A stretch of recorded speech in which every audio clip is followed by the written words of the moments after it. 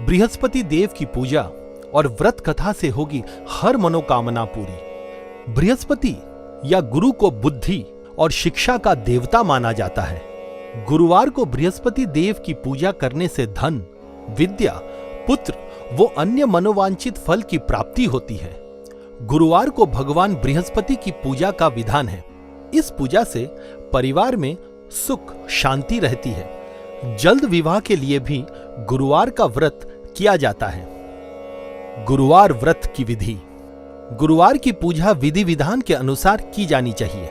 व्रत वाले दिन सुबह उठकर बृहस्पति देव का पूजन करना चाहिए। बृहस्पति देव का पूजन पीली वस्तुएं, पीले फूल, चने की दाल, मुनक्का, पीली मिठाई, पीले चावल और हल्दी चढ़ाकर किया जाता है। इस व्रत में केले के पेड़ की पूजा की जाती है। कथा और पूजन के समय मन, कर्म और वचन से शुद्ध होकर मनोकामना पूर्ति के लिए बृहस्पति देव से प्रार्थना करनी चाहिए। जल में हल्दी डालकर केले के पेड़ पर चढ़ाएं। केले की जड़ में चने की दाल और मुनक्का चढ़ाएं। साथ ही दीपक जलाकर पेड़ की आरती उतारें। दिन में एक समय ही भोजन करें। खाने में चने की दाल या पीली चीजें खाएं। नमक न खाएं। पीले वस्त्र पहनें। पीले फलों का इस्तेमाल करें। पूजन के बाद भगवान बृहस्पति की कथा सुननी चाहिए। प्राचीन काल की बात है। किसी राज्य में एक बड़ा प्रतापी और दानी राजा राज करता था। वो प्रत्येक गुरुवार को व्रत रखता एवं भूखे और गरीबों को दान देकर पुण्य प्राप्त करता था। परंतु यह बात उसकी रानी को अच्छी नहीं लगती थी। वो न व्रत करती और न ही किसी को एक भी पैसा दान में देती थी और राजा को भी ऐसा करने से मना करती थी। एक समय की बात है। राजा शिकार खेलने के लिए वन चले गए थे। घर पर रानी और दासी थी। उसी समय गुरु बृहस्पति देव साधु का रूप धारण कर राजा के दरवाजे पर भिक्षा मांगने आए। साधु ने जब रानी से भिक्षा मांगी तो वो कहने लगी, हे साधु महाराज, मैं इस दान और पुण्य से तंग आ गई हूं। आप कोई ऐसा उपाय बताएं जिससे कि सारा धन नष्ट हो जाए और मैं आराम से रह सकूं।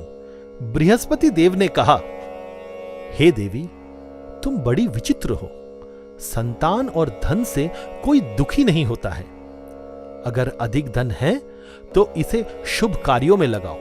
कुंवारी कन्याओं का विवाह कराओ। विद्यालय और बाग बगीचों का निर्माण कराओ, जिससे तुम्हारे दोनों लोग सुधरें। परंतु साधु के इन बातों से रानी को खुशी नहीं हुई। उसने कहा कि मुझे ऐसे धन की कोई आवश्यकता नहीं जिसे मैं दान दूं और जिसे संभालने में मेरा सारा समय नष्ट हो जाए। तब साधु ने कहा, यदि तुम्हारी ऐसी इच्छा है तो मैं जैसा तुम्हें बताता हूं तुम वैसा ही करना। गुरुवार के दिन तुम घर को गोबर से लीपना। अपने केशों को पीली मिट्टी से धोना। केशों को धोते समय स्नान करना।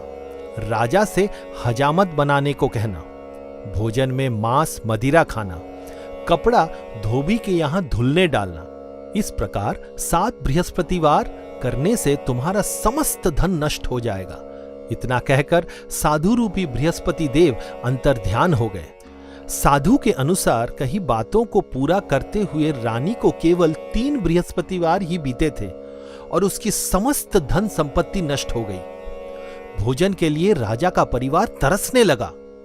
तब एक दिन राजा ने रानी से बोला कि हे रानी, तुम यहीं रहो। मैं दूसरे देश को जाता हूं क्योंकि यहां पर सभी लोग मुझे जानते हैं।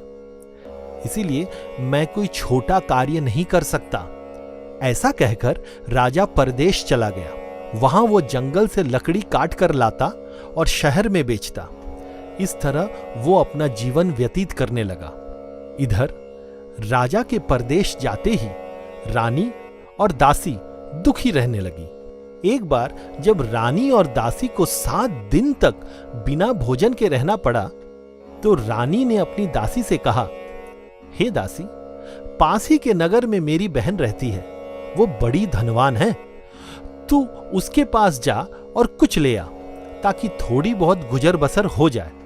दासी रानी की बहन के पास गई। उस दिन गुरुवार था और रानी की बहन उस समय बृहस्पतिवार व्रत की कथा सुन रही थी। दासी ने रानी की बहन को अपनी रानी का संदेश दिया, लेकिन रानी की बड़ी बहन ने कोई उत्तर नहीं दिया। जब दासी को रानी की बहन से कोई उत्तर नहीं मिला तो वो बहुत दुखी हुई और उसे क्रोध भी आया। दासी ने वापस आकर रानी को सारी बात बता दी। सुनकर रानी ने अपने भाग्य को कोसा। उधर रानी की बहन ने सोचा कि मेरी बहन की दासी आई थी, परंतु मैं उससे कुछ नहीं बोली, इससे वो बहुत दुखी हुई होगी। कथा सुनकर और पूजन समाप्त करके वो अपनी बहन के घर आई और कहने लगी, हे बहन, मैं बृहस्पतिवार का व्रत कर रही थी।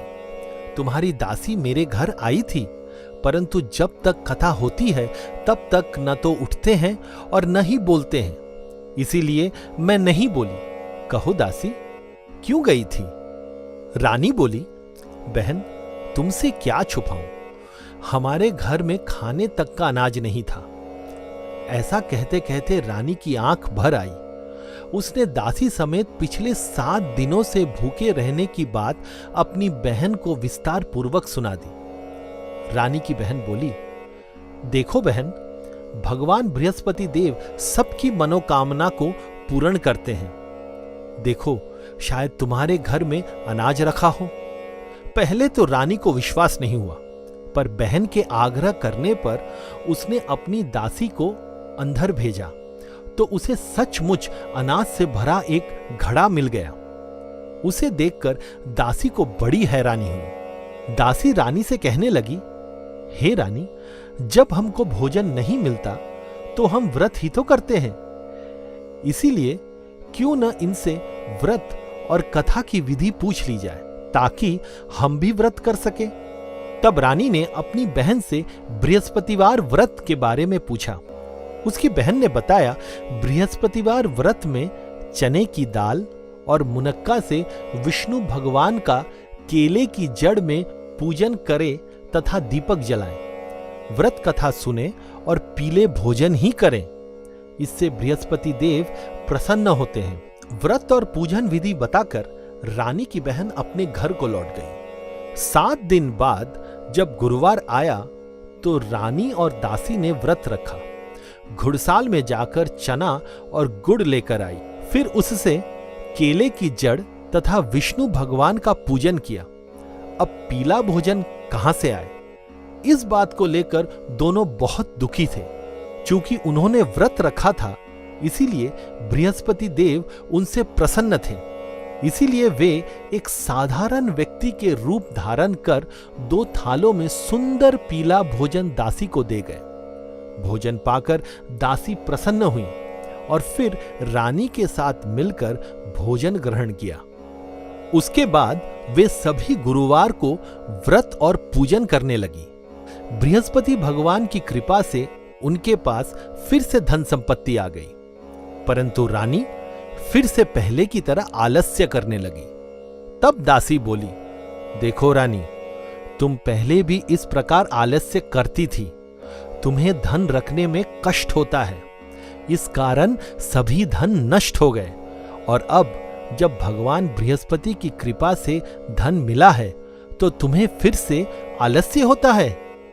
रानी को समझाते हुए दासी कहती है कि बड़ी मुसीबतों के बाद हमने यह धन पाया है, इसीलिए हमें दान पुण्य करना चाहिए, भूखे मनुष्यों को भोजन कराना चाहिए और धन को शुभ कार्यों में खर्च करना चाहिए, जिससे तुम्हारे कुल का यश बढ़ेगा, स्वर्ग की प्राप्ति होगी और पितृ प्रसन्न होंगे। दासी की बात मानकर रानी अपना धन शुभ कार्यों में खर्च करने लगी, जिससे पूरे नगर में उसका यश फैलने लगा।